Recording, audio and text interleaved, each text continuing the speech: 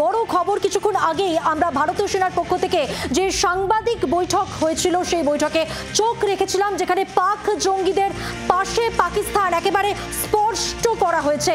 সন্ত্রাসবাদের বিরুদ্ধে ভারত, সন্ত্রাসবাদীদের সঙ্গে লড়াই ভারতের। পাক জঙ্গিদের শেষকৃত্যে পাক সেনার উপস্থিতির ছবি দেখিয়ে একেবারে প্রমাণ দিয়ে দিল ভারতীয় সেনা। সঙ্গে সেনার স্পষ্ট বার্তা, সন্ত্রাসবাদের বিরুদ্ধে লড়াই জারি থাকবে। বৈঠকে মার্শাল একে ভারতী ঠিক কি বলেন শুরুতেই শোনাবো আপনাদের।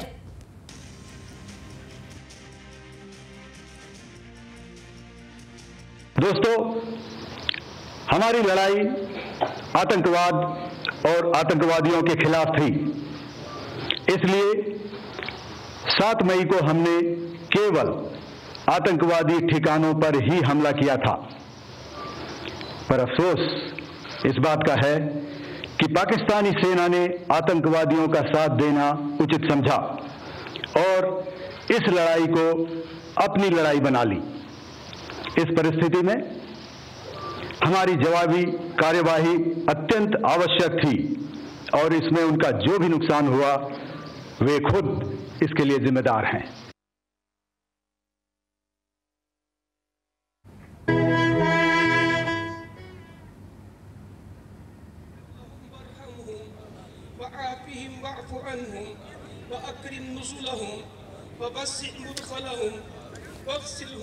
কথা বলবো, আমার সঙ্গে রয়েছেন নিউজ রুম থেকে আমাদের প্রতিনিধি পিয়ালি মিত্র এবং সঙ্গে রয়েছেন নিরাপত্তা বিশেষজ্ঞ আর্য ঘোষ। আমি এই আলোচনায় আসবো, তার আগে পিয়ালির কাছে আজকের এই বৈঠক সম্পর্কে জানবো। পিয়ালি, আমরা একটা জিনিস কিন্তু দেখলাম, ভারত তার অবস্থান যেমন একদিকে স্পষ্ট করেছে, পাশাপাশি পাক জঙ্গিদের পাশে পাকিস্তান রয়েছে, এটা একেবারে স্পষ্ট করা হলো। আজকে এই সাংবাদিক বৈঠক থেকে ভারতীয় সেনা যেটা দেখালো, একেবারে ভিডিও দেখিয়ে ছবি দেখিয়ে সন্ত্রাসবাদের মদতদাতা যে পাকিস্তান সেটা একেবারে স্পষ্ট করলো। একেবারে দেখো, একেবারে এয়ার মার্শাল একে ভারতী যেটা স্পষ্ট করলেন যে তাদের লড়াইটা ছিল সন্ত্রাসবাদের বিরুদ্ধে, সন্ত্রাসের বিরুদ্ধে, কিন্তু পাকিস্তান সেক্ষেত্রে দাঁড়িয়ে সন্ত্রাসবাদীদের পাশে দাঁড়ানোর একেবারে বলে বিবেচনা করেছিল এবং তাদের পাশে দাঁড়িয়েছিল। এবং সন্ত্রাসবাদীদের পাশে পাকিস্তান যে শুধু দাঁড়ায়নি, তাদের সঙ্গে যে পাকিস্তানের সরকার, সেনাবাহিনী, পুলিশের যোগসূত্র রয়েছে তার ছবিও তারা কিন্তু ভারত সরকারের তরফ থেকে প্রকাশ করা হয়েছে।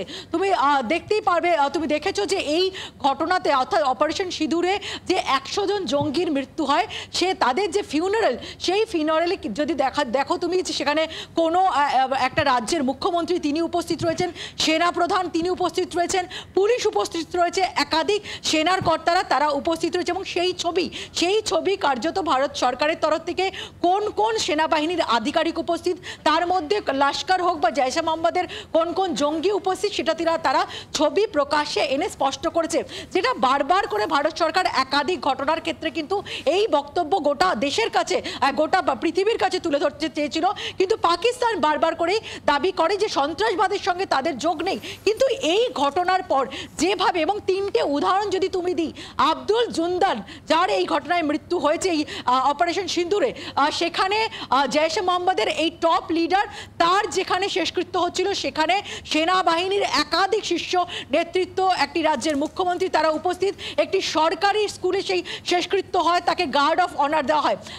আরেকজন একদম লস্করের যে জঙ্গি খালিদ, তার যেটা শেষকৃত্য হয়েছিল সেটা ফয়সালাবাদে, সেখানে ফয়সালাবাদের কমিশনার তিনি উপস্থিত ছিলেন, সেখানে একাধিক সেনা প্রধানরা, সেনার আধিকারিকরা তারা উপস্থিত ছিলেন এবং সরকারি স্কুলে সেই শেষকৃত্য হচ্ছে।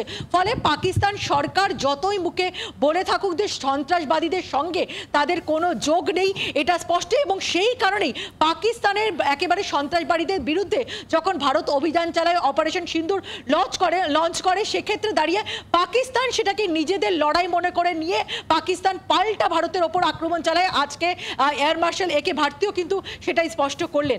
অর্থাৎ পিয়ালি, একটা বিষয় তো স্পষ্ট, যখন জঙ্গিদের বিরুদ্ধে, সন্ত্রাসবাদীদের বিরুদ্ধে ভারত লড়ছে, তখন পাকিস্তান সেনা তারা কিন্তু নিজেদের লড়াই ভাবছে এটাকে, তাই তো?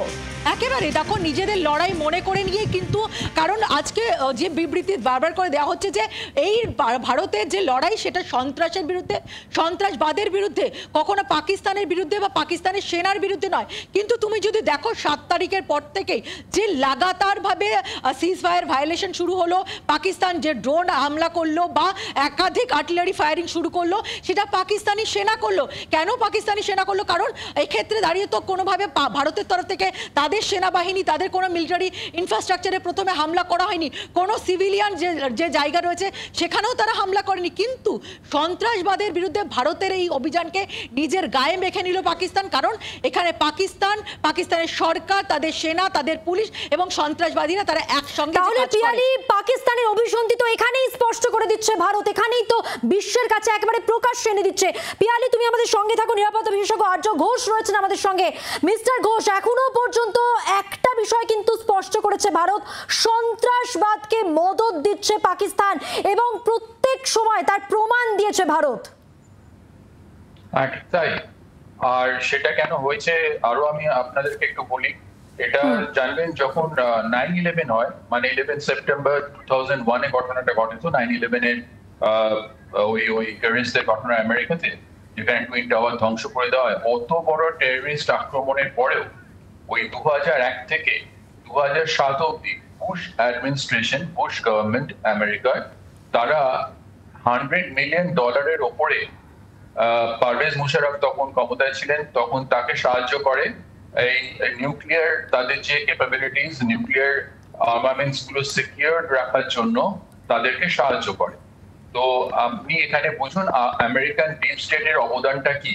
তাহলে সেই ক্ষেত্রে সন্ত্রাসবাদীরা কেন পাকিস্তানের মুখ হয়ে উঠবে না, যেখানে 9/11 এর মূল যে পরিচালক ওসামা বিন লাদেনকে অ্যাবোটাবাদে গিয়ে, পাকিস্তানের অ্যাবোটাবাদে গিয়ে আমেরিকান নেভি সিলসরা মেরে আসেন, সেই পাকিস্তান সৈন্য যাদের আন্ডারে, যাদের কভারেজে, মানে যাদের এতে সেফ কাস্টাডিতে ওসামা বিন লাদেন ছিল, সেই পাকিস্তান সেনাকে তারা ওভার $100 মিলিয়ন সাহায্য করেন 6 বছরে।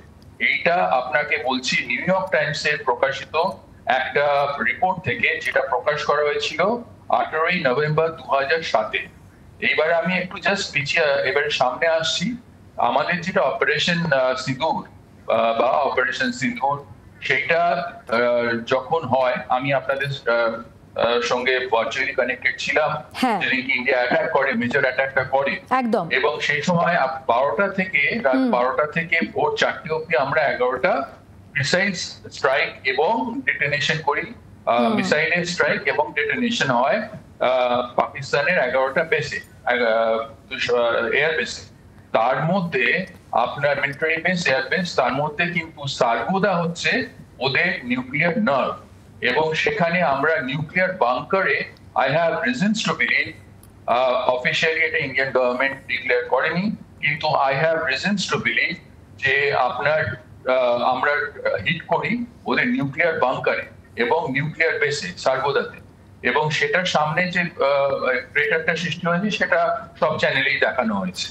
কিন্তু নিউক্লিয়ার বাংকারে হিট করার পরে ওখানে দুটো ভূমিকম্প হয়, সেটা টেকটনিক প্লেটের কোনো এর জন্য হয় না আপনার, তাতে তো মানে টেকটনিক প্লেটের কোনো মুভমেন্টের জন্য হয়নি। একটা হয় ভারতীয় সময় 1:44 মিনিটে, এবং সেটার রিক্টার স্কেলে মাত্রা ছিল 4.1। তারপরেরটা হয় ভারতীয় সময় 3:40 মিনিটে, তার মাত্রা ছিল 5.7। তো এই দুটো হওয়ার পরে পাকিস্তান প্যানিকি হয়ে যায়, এবং তারপরে তারা ওই ট্রাম্পকে পা ধরে প্রায়, যে আমাদের বাঁচান। তো ট্রাম্প তখন, তারপরে ক্রোনোলজিটা বড়, সেটা আমি পরে বলবো কোনো সময়। তো ট্রাম্প তখন, এটা 3টে দেশের মধ্যে তখন হয় শুরু আলোচনা, ব্রাসেলস তার মধ্যে ছিল, ইউনাইটেড স্টেটস ছিল এবং প্রবাবলি ব্রিটেন ছিল। তো সেই জন্যই এইখানে এইভাবে পাকিস্তানকে আমেরিকা দেখলো যে আমেরিকার যে লেভারেজটা সাউথ এশিয়াতে খতম হয়ে যাবে। আমেরিকা পাকিস্তানের জানবেন একদম পার্টনার ইন ক্রাইম, এবং তারা আমেরিকা পাকিস্তানকে কোনোদিন পাকিস্তানের ক্ষতি হোক এটা চাইবে না, সেই জন্যই শিল্ড করে যাচ্ছে। এই জায়গাটা যদি আরেকটু বিস্তারিতভাবে আরেকটু স্পষ্ট করেন মিস্টার ঘোষ। হ্যাঁ, দেখুন, আমেরিকার ইন্টারেস্ট পাকিস্তান এই জন্যই যে পাকিস্তান এখানে দেখুন সেই ইউএসএসআর ভাঙার সময়, যেটা আমি আগেও বলেছি যে ইউএসএসআর ভাঙার সময় থেকে পাকিস্তানের অ্যাক্টিভ সাপোর্ট নিয়ে রেখেছে। পাকিস্তানকে ওরা যতটা কবজা করে রাখতে পারবে এবং প্রভাব খাটাতে পারবে, সেটা ইন্ডিয়ার ওপর তারা খাটাতে পারবে না। এটা across the board government, all governments of USA তারা খুব ভালোভাবে জানে। সেই জন্য এই সাউথ এশিয়াকে অস্থির করে রাখার পেছনে অন্যতম শক্তি হচ্ছে আমেরিকা। ট্রাম্পের এই যে একটা ইনভলভমেন্ট এবং কাশ্মীর ইস্যু নিয়েও তিনি ইন্টারেস্ট দেখাচ্ছেন, সেই জায়গাটা এখান থেকে স্পষ্ট হচ্ছে। এক্স্যাক্টলি, কেন তিনি দেখাচ্ছেন? আর আপনাকে সকালে বলেছিলাম যে ট্রাম্পকে এর মধ্যে মধ্যস্থতা করার, দেখুন এখন গভর্নমেন্ট অফ ইন্ডিয়া একদম ডিনাই করেছে যে মধ্যস্থতা করার কথা, কিন্তু এখানে প্রজেক্ট করা হচ্ছে এইভাবে, উনি লিখেই দিলেন টুইট যে আমেরিকার ইনভলভমেন্টে হয়েছে মিডিয়েশনে। কেন আমেরিকার মিডিয়েশনে হবে? আমেরিকা কে এখানে? যা হবার পাকিস্তানের মধ্যে বাইল্যাটারাল ব্যাপার হবে। তো সেই জন্য এইখানে জেনে রাখবেন এই ঘটনাটা ঘটেছে, এবং সেই জন্যই আমাদের তিনজন ডিজি, আমাদের আর্মি, নেভি এবং এয়ারফোর্স, তারা কিন্তু একদম পরিষ্কার করে দিয়েছেন গতকালকে যে ব্রিফিংটা, তাতে বলে দিয়েছেন যে পাকিস্তান জানে এরপরে আমরা কি করতে চলেছি। এই জিনিসটা কিন্তু ওরা খুব ভালোভাবে জানে। সেই জন্যই আজকে এনসিএ বৈঠক ওরা যখন বসায়, এনসিএ বৈঠকটার নামে জানবে ওতে ওর জন্য কিচ্ছু বিষয় নেই, একমাত্র এখানে আপনার ওদেরকে একটা জাস্ট সময় ওরা চেয়েছিল। আমার এটা মনে হয় আসিম মনির স্ট্র্যাটেজিক একটা টাইম আউট চেয়েছেন। ভারত এখন যাই হোক সিজফায়ারে এগ্রি করেছে তাদের পলিসি, কিন্তু যেটা তারা করেছে তারপরে তো সিজফায়ার ভায়োলেশন করেছে। তো উই হ্যাভ এভরি রাইট, আর এটা ওই সিজফায়ারের আবার বলছি, মিস্টার ঘোষ, আসিম মুনি নিজে তো বাংকারে লুকিয়েছিলেন ভয়, তিনি কাঁপছিলেন প্রাণ রক্ষার জন্য, বাংকারে লুকিয়েছিলেন। সেই সময় আমি আপনাদের স্টুডিওতে কথা বলছিলাম এবং মিস পিউ রয় ছিলেন। যখন ইন্ডিয়া গেটের সামনে থেকে সরানো হচ্ছিল লোকজনেদের, তখন বোধহয় মিস পিউ রয় ছিলেন কিংবা অন্য কোনো অ্যাঙ্কর ছিলেন, তাকে তিনি আমাকে জিজ্ঞেস করেছিলেন যে এটা কি জন্য হচ্ছে। আমি তখন বলেছিলাম দেখবেন আপনার আর্কাইভে যে প্রবাবলি ইন্ডিয়া পাকিস্তানের খুব বড় জায়গায় হিট করেছে, এবং আমি সেই জিনিসটাই দেখুন আজকে আমার কাছে আছে তথ্য, কিন্তু সেটা অসমর্থিত গভর্নমেন্ট লেভেলে নয়, এটা অসমর্থিত গভর্নমেন্ট লেভেলে নয়, কিন্তু I have reasons to believe যে সেইটা ক্রোনোলজিটা সত্য। এবং সেইখানে পরপর ঘটনাটা বড় বলে এতটা সময় হয়তো আপনার শোতে নেই, সেই জন্য আমি গেলাম না তার মধ্যে, কিন্তু আমি পরে বুঝিয়ে বলবো। তো এই মুহূর্তে পাকিস্তান যে মুখোশটা খুলে গেল এবং তারা ওপেনলি প্রেজেন্টলি যে সন্ত্রাসবাদীদের আশ্রয় দিচ্ছে, তার পেছনে কিন্তু অনেক বিদেশি শক্তি মদত আছে। একদম এই জায়গাতে মিস্টার ঘোষ ছোট্ট করে একটা বিষয় জানতে চাইবো, তাহলে ডিজিএমওদের যে বৈঠক হওয়ার কথা এবং যে বৈঠক বিকেলে হবে, আমরা সবাই সেই বৈঠকের জন্য অপেক্ষা করছি, সেই জায়গায় পাকিস্তানের মুখোশটাই তো খুলে দিয়েছে ভারত, তাহলে এবার পাকিস্তানের তো বলারই কিছু থাকার নয়। বলার কিছু থাকার নেই, তো বলার একদম কিছু থাকার নেই, এবং সেটা খুব ভালোভাবেই ওরা জানে, এবং প্রত্যেকটা বিদেশি শক্তি জানে। দেখুন এই যে যেটা 10 মেতে আমাদের আঘাতটা, এটা সারা ওয়ার্ল্ড মনিটর করছিল, স্যাটেলাইট মনিটরিং হয়, তো তারা সব জানে, সবাই সব জানে কি হয়েছে না হয়েছে। এখন obviously the ball is in Pakistan's court, যেটা ওই ওদের ডেপুটি প্রাইম মিনিস্টার বলেছেন the ball is in India's court, এটা উল্টোটা, the ball is in Pakistan's court. এখন একটাই জিনিস যে কোন রহস্যময় কারণে আমরা অ্যাক্রস দি বোর্ড, মানে ডিফারেন্ট গভর্নমেন্টস, তারা হাফিজ সঈদ আর দাউদ ইব্রাহিম আর মাসুদ আজহার আর বাকি অ্যাসিস্টদের কেন মারে না সেটা আমি জানি না, কিন্তু এদেরকে না কমপ্লিট করে।